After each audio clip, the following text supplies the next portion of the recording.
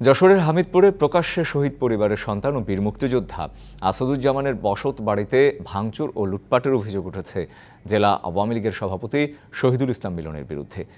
অভিযোগ উঠেছে বাড়ির আগের মালিক শহীদুলের বেয়াই তাই জমি দখলে নিতে চান তিনি। পুলিশ বলছে বিষয়টি তদন্ত করে আইনগত ব্যবস্থা নেওয়া হবে। বৃহস্পতিবার দুপুরে বীর মুক্তিযোদ্ধা আসাদুজ্জামানের বাড়িতে যায় যশোর জেলা আওয়ামী লীগের সভাপতি শহীদুল ইসলাম মিলনের ৩০ থেকে ৪০ জন অনুসারী। দেশীয় অস্ত্রের মুখে জিম্মি করে বাড়ি খালি করে দিতে বলে তারা। নগদের কাছে সব গ্রাহকই প্রিয়, তাই তো সারা দেশে ক্যাশ আউট চার্জ সবচেয়ে কম।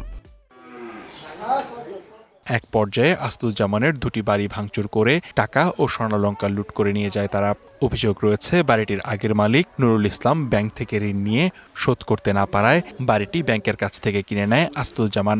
এদিকে বাড়িটির আগের মালিক নুরুল ইসলামের সঙ্গে বেআইয়ের সম্পর্ক হওয়ার পর থেকেই জমি দখলের পায়তারা করে জেলা আওয়ামী লীগের সভাপতি শহীদুল ইসলাম মিলন আওয়ামী সভাপতি। ওরা তো ওই বললো তো আমরা উপরে অর্ডারে আসি, কয়েকজন ছেলেগুলো এসে ঢুকে পড়ে এই চুপ কর, এক প্রাণ নড়াবি না, বস এই বাড়ি ছেড়ে এখন চলে দিবে।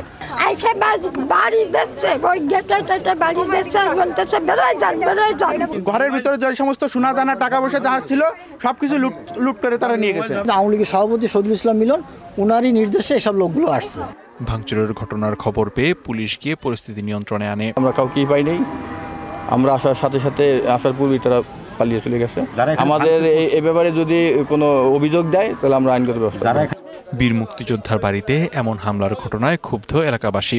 জড়িতদের দ্রুত বিচারের আওতায় আনার দাবি তাদের। DBC news desk.